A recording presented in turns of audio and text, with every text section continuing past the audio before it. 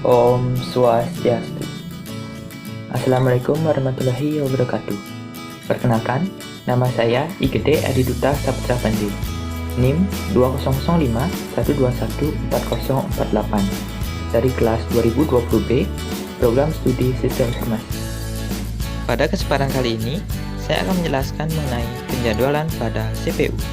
Mari kita simak penjelasan dalam PowerPoint.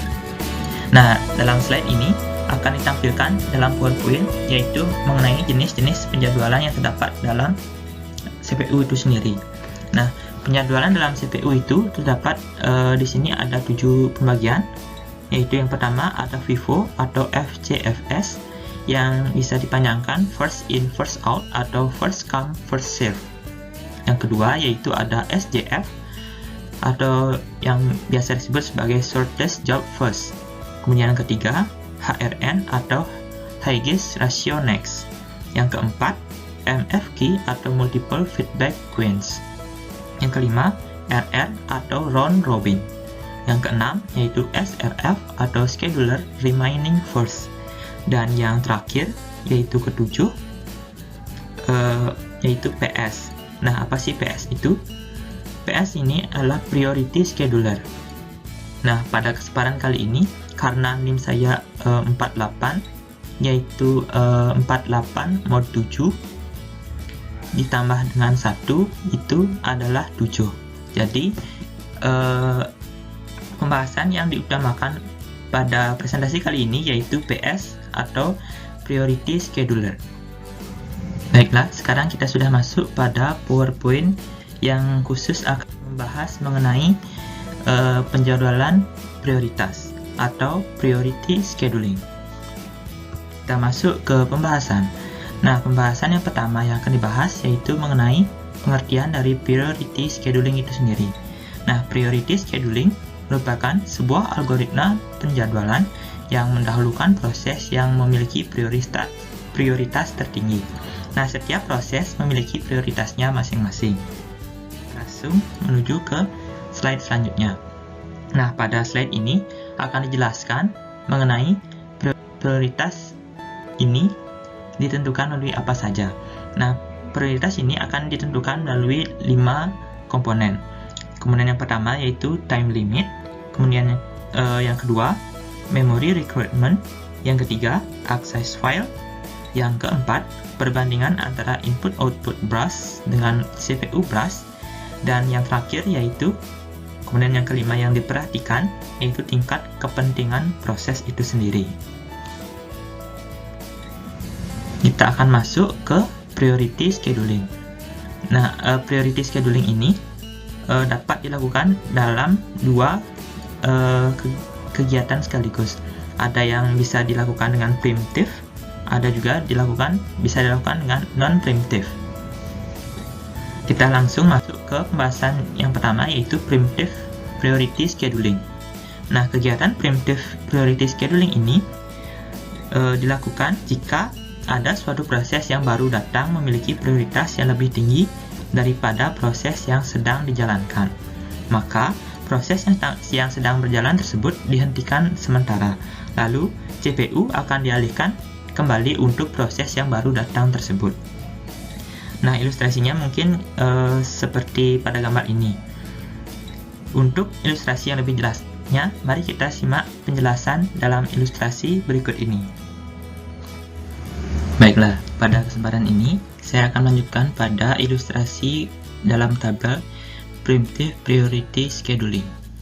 Nah, di dalam pertama-tama, saya akan menekankan bahwa Primitive Priority Scheduling ini akan memprioritaskan berdasarkan burst time itu sendiri.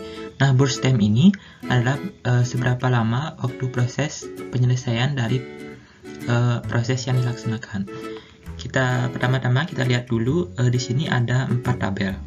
Tabel itu ada 4 kolom, yaitu ada kolom proses, arrival time, priority, dan burst time. Kita fokus 4 kolom ini dulu. Nah, di sini ada proses 1, proses 2, proses 3. Nah, arrival time ini adalah waktu datangnya proses itu sendiri. Waktu mulai dari proses itu sendiri. Proses 1 dimulai dari detik ke 0, proses 2 ke detik ketiga, proses 3 detik kelima. Nah, di sini burst time ini adalah seberapa lama proses itu dieksekusi. Berapa lama proses itu memerlukan waktu untuk dieksekusi. Nah, di sini ada priority. Di sini ditekankan bahwa preemptive priority scheduling ini memprioritaskan suatu proses berdasarkan burst time ini.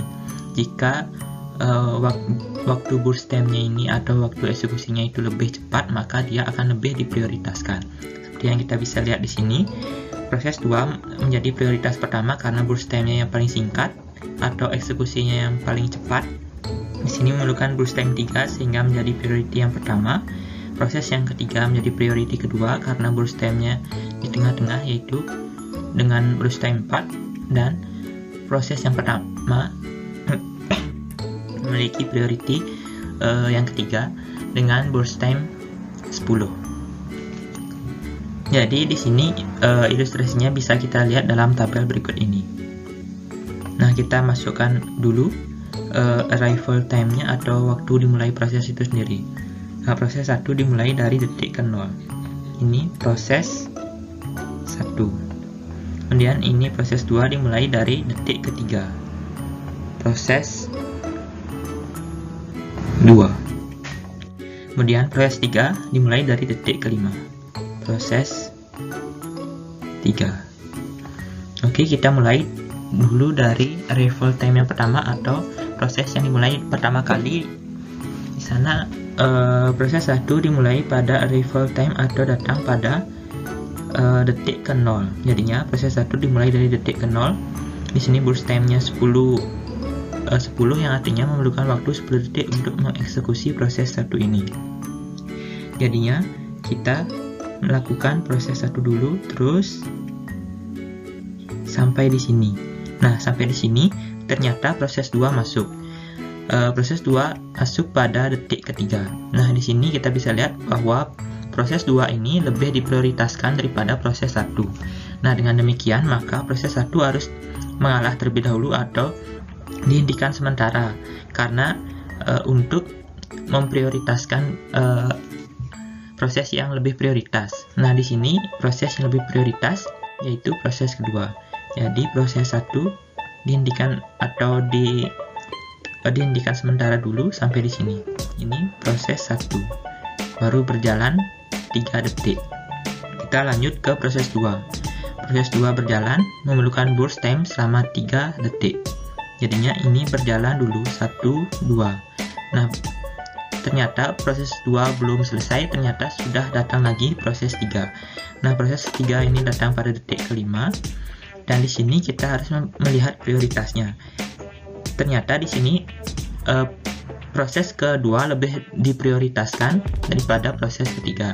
Jadi di sini proses ketiga ini harus menunggu dulu untuk penyelesaian dari proses 2. Karena proses 2 adalah yang paling diprioritaskan. Jadinya proses 2 ini harus dilanjutkan sampai habis. Lanjut, ini sudah sampai 3 detik sampai akhirnya proses 2 selesai. Proses 2. Nah, ini sudah selesai proses 2. Jadinya kita langsung menuju ke prioritas selanjutnya. Di sana yang belum dieksekusi yaitu proses 1 dan proses 3 yang belum selesai. Di sana kita bisa lihat yang mana lebih prioritas antara proses 1 dan proses 3. Ternyata yang lebih prioritas adalah proses 3. Jadi dengan demikian kita akan mengeksekusi proses 3 terlebih dahulu. Di sini proses 3 memerlukan burst time 4 ya, atau waktu eksekusi selama 4 detik. 1, 2, 3, 4. Nah, sampai di sini. Berhenti di detik ke-10. Ini proses 3. Berjalan selama 4 detik dari sini sampai di sini. Ini proses 3 akhirnya sudah selesai. Dengan selesainya proses 3, tinggal satu proses lagi yaitu proses dengan priority terakhir, proses 1. Di sini sudah berjalan selama 3 detik. Jadi di sini 10, di sini 3, berarti kurang 7 detik lagi. 1, 2, 3, 4, 5, 6, 7. Sampai di sini. Berhenti di detik ke-17. Ini proses lanjutan dari proses ke-1. Jadinya semua proses sudah dieksekusi. Nah, dengan demikian kita sekarang akan melihat 3 tabel selanjutnya. Ada CT, ada TAT, dan WT. Kita perhatikan dulu CT atau completion time. Nah, di sini completion time ini artinya pada detik keberapa proses itu selesai dieksekusi. Ini proses ke-1 karena dia paling terakhir, jadinya dia berakhir pada detik ke-17. Detik ke-17 berakhirnya proses 1. Proses 2 kita perhatikan. Nah, ini proses 2. Jadinya proses 2 ini berhenti di sini, yang artinya proses 2 berhenti di detik ke-6. Selanjutnya proses ketiga. Nah, ini proses ketiga berhenti di sini, yang artinya ini berakhir di detik ke-10. Kita lanjut ke TAT atau done wrong. Nah, TAT ini rumusnya untuk mencari TAT yaitu TAT sama dengan CT dikurangi dengan AT. CT-nya di sini 17 dikurangi dengan AT-nya 0, jadinya TAT-nya 17. Kemudian proses yang kedua, CT-nya 6 dikurangi 3, jadinya 3.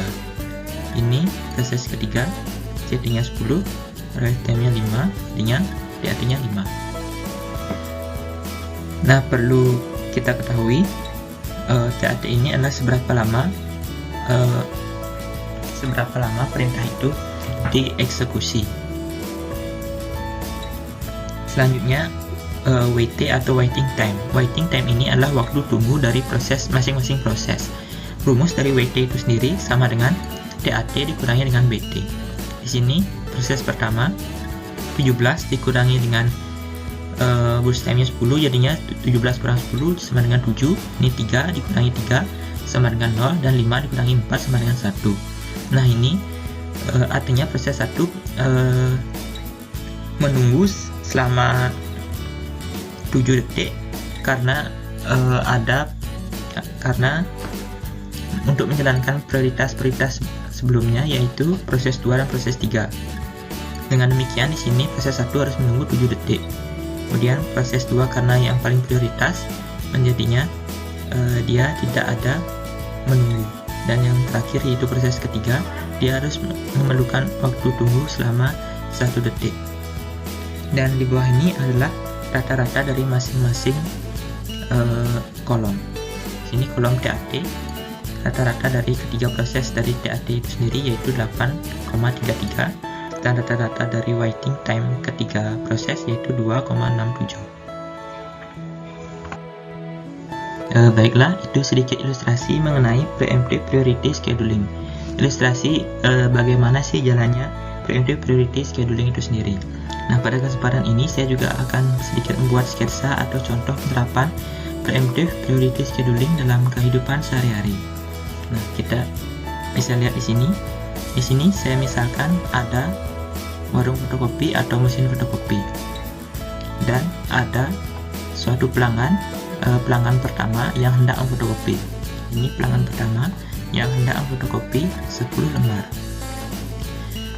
Fotokopi akan difotokopi di sini. Ternyata baru 3 lembar difotokopi, datang lagi ada pelanggan kedua.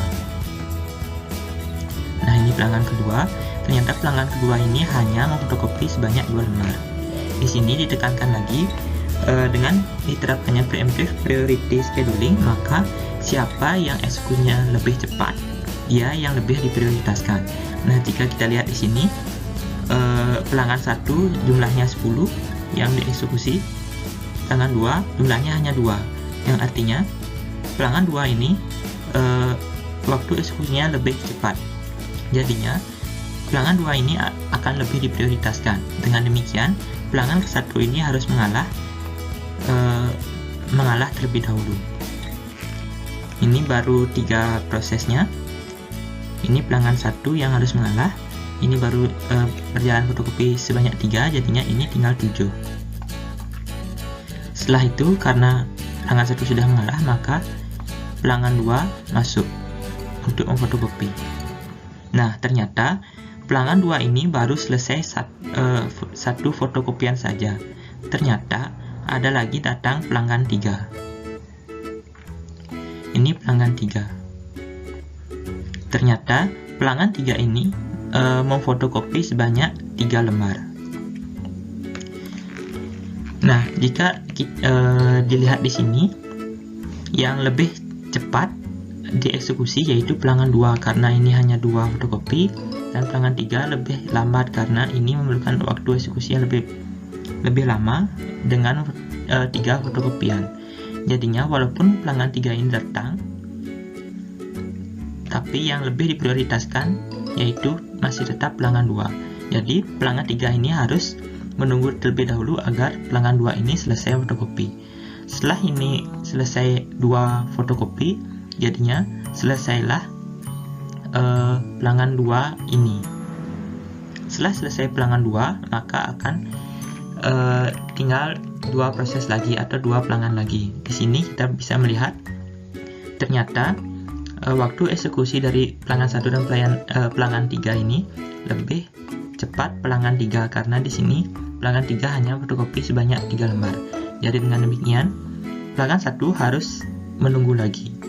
Dengan demikian di sini pelanggan 3 akan memfotokopi terlebih dahulu sebelum pelanggan 1 karena pelanggan 3 ini lebih prioritas dibandingkan pelanggan 1. Jadinya ini jika ini sudah fotokopi 3 dan akhirnya pelanggan 3 ini selesai. Nah, dengan selesainya semua, jadi tinggal satu eksekusi lagi yaitu pelanggan yang pertama.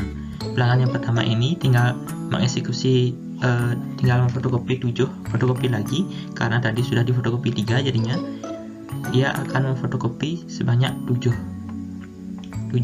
kertas. Dengan demikian pelanggan 1 selesai. Nah, dengan demikian semuanya sudah selesai. Proses semuanya sudah selesai. Singkatnya, preemptive priority scheduling ini lebih memprioritaskan yang mana waktu eksekusi yang lebih cepat. Baiklah, kita akan lanjut menuju ke non-preemptive priority scheduling. Adalah proses yang baru datang tidak dapat mengganggu proses yang sedang berjalan, tetapi hanya diletakkan dalam queue. Kita bisa melihat di sini contoh ilustrasinya. Untuk ilustrasi yang lebih jelasnya, mari kita simak penjelasan berikut ini. Baiklah, di sini akan kembali menjelaskan mengenai ilustrasi non-preemptive priority scheduling melalui ilustrasi tabel. Nah, pertama-tama akan ditekankan bahwa non-preemptive priority scheduling ini memprioritaskan berdasarkan siapa yang datang duluan, dia yang akan dieksekusi duluan. Nah, di sini yang artinya prioritasnya dilihat berdasarkan arrival time, yang artinya siapa yang datang duluan, dia yang dieksekusi duluan. Nah, di sini ada proses 1, proses 2, dan proses 3. Arrival time-nya proses 1 datang ke detik ke 0, proses 2 datang ke detik ke 0, proses 3 datang ke detik ke 5. Yang artinya yang lebih diprioritaskan yaitu proses 1 dan proses 2, sedangkan proses 3 harus dieksekusi belakangan. Dengan demikian di sini prioritasnya tidak terlalu mementingkan burst time ini, atau tidak mementingkan berapa lama eksekusi itu berjalan. Kita langsung saja menuju ke tabel penjelasan yang di bawahnya. Kita tulis dulu arrival time-nya di sini P1 dieksekusi pada detik ke 0, P1, P2 juga dieksekusi pada detik ke 0, P2. Nah, karena P1 dan P2 ini berbarengan, mungkin kita eksekusi dulu P2. Nah, P2 ini membutuhkan burst time selama 3 detik, yang artinya kita selesaikan dulu ini selama 3 detik. 1, 2, 3. Dan akhirnya proses 2 selesai. Setelah proses 2 selesai, ini kita cantumkan dulu ya, proses 3-nya datang pada detik ke-5. Proses 3. Nah, di sini setelah proses 2 selesai, maka kita lanjut proses 1-nya. Proses 1 berjalan selama membutuhkan waktu eksekusi 10 detik, ternyata sampai sini baru 2 detik, ternyata datang proses 3. Nah, tadi sudah dijelaskan bahwa non-preemptive ini tidak mementingkan atau tidak memperhatikan prioritas berdasarkan burst time. Nah, walaupun di sini burst time-nya proses 3 lebih kecil dibandingkan dengan proses 1, maka itu tidak dipedulikan karena yang lebih diprioritaskan, karena dalam non preemptive priority scheduling ini yang lebih diprioritaskan itu siapa yang datang duluan, dia yang dieksekusi duluan. Karena di sini yang datang duluan proses 1, maka yang dieksekusi duluan yaitu proses 1 itu sendiri. Walaupun proses 3 ini sebenarnya lebih cepat dieksekusi. Dengan demikian, maka proses ini akan tetap dilakukan dan proses 3 harus menunggu. Terus menunggu sampai titik ke sini. Ya. Dieksekusi selama 10 detik. Jadinya sampai di sini. Ini proses 1. Setelah proses 1 selesai, maka baru boleh proses 3 dilaksanakan karena dia datang paling terakhir dan menjadi prioritas paling terakhir. Ini proses 3 baru dijalankan selama 4 detik. Jadinya dia baru selesai di detik 17. Ini proses 3. Nah, setelah semua proses ini berjalan, maka kita perhatikan kolom selanjutnya. 3 kolom selanjutnya. Di sana ada CT, DAT, dan WT. Kita perhatikan dulu CT atau completion time. Tadi dijelaskan bahwa CT ini adalah kapan proses itu selesai dieksekusi. Nah, di sini kita lihat dulu proses 1. Proses 1 selesai dieksekusi di sini. Nah, ini proses 1 berjalan sampai akhirnya selesai di sini, yang artinya selesai di titik 13. Selanjutnya proses 2. Nah, ini proses 2 berjalan dan akhirnya dia selesai di sini, yang artinya dia selesai ke detik 3. Selanjutnya di sini ada proses 3. Ini proses 3 berjalan sampai akhirnya dia berhenti di sini di detik ke 17. Kita lanjut ke DAT. Nah, di sini DAT rumusnya CT dikurangi AT, yang artinya di sini proses 1 13 dikurangi 0 sama dengan 13. Kemudian ini 3 dikurangi 0 jadinya 3, dan 17 dikurangi 5 jadinya 12. Nah, sekarang kita melihat tabel waiting time atau WT. Rumus dari WT itu sendiri yaitu sama dengan DAT dikurangi BT. Nah, perlu ditekankan lagi bahwa waiting time ini adalah seberapa lama proses itu perlu menunggu agar dieksekusi lagi. Di sini DAT dikurangi BT sama dengan 13 kurang 10 sama dengan 3, 3 kurang 3 sama dengan 0, 12 kurang 8 sama dengan 8. Ini waktu tunggu, yang artinya proses 1 memerlukan waktu tunggu selama 3 detik, karena yang di sini proses 2 dulu yang dieksekusi, berarti dia nunggu 3 detik. Nah, di sini proses 2 karena dia datang dan dieksekusi paling awal sampai akhirnya selesai pun paling awal, jadinya dia tidak ada waktu tunggu, jadinya 0. Dan waiting time proses ketiga yang terakhir karena dia paling terakhir, menunggu paling terakhir, bahwa dia datang di sini dia menunggu selama 8 detik, kurang lebih seperti itu. Dan tabel di bawahnya ini adalah rata-rata dari masing-masing kolom. Rata-rata dari DAT itu sendiri yaitu 9,33, dan rata-rata dari waiting time atau WT sama dengan 3,67. Mungkin kurang lebih seperti itu. Baiklah, kita akan lanjut. Tadi sudah dijelaskan berdasarkan tabel alur dari jalannya non-preemptive priority scheduling. Sekarang saya akan memberikan sedikit sketsa atau contoh penerapan dari non-preemptive priority scheduling itu dalam kehidupan sehari-hari. Nah, kita misalkan di sini ada sebuah toko fotokopi atau mesin fotokopi. Ini mesin fotokopinya. Kemudian datanglah pelanggan pertama. Ini pelanggan pertama, dan ternyata pelanggan pertama ini ingin memfotokopi sebanyak 10 lembar. Akhirnya difotokopi di mesin fotokopi. Ternyata baru selesai 3 lembar, ternyata datang lagi pelanggan selanjutnya, yaitu pelanggan kedua.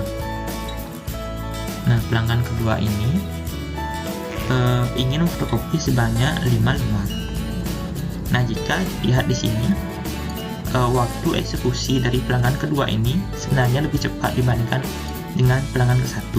Namun di sini kita harus ingat lagi bahwa di sini kita menerapkan non-preemptive priority scheduling, yang artinya dia tidak memperhatikan seberapa lama dia waktu, yang artinya dia tidak memprioritaskan berdasarkan seberapa lama waktu untuk mengeksekusinya.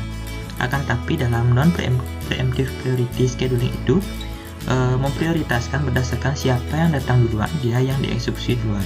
Nah, karena di sini pelanggan satu yang datang duluan, maka dia dieksekusi duluan atau dilayani terlebih dahulu sampai akhirnya pelanggan satu, proses dari fotokopi pelanggan satu ini habis. Yang artinya jika ini sudah 10 lembar dan akhirnya ini sudah selesai, pelanggan satunya sudah keluar, baru akhirnya pelanggan dua ini boleh masuk, karena pelanggan dua ini datang belakangan.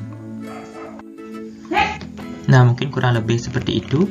Jadinya di sini kembali ditekankan bahwa non-preemptive priority scheduling itu tidak memprioritaskan berdasarkan seberapa lama waktu eksekusinya, namun dia memprioritaskan berdasarkan siapa yang datang duluan, dia yang dieksekusi duluan.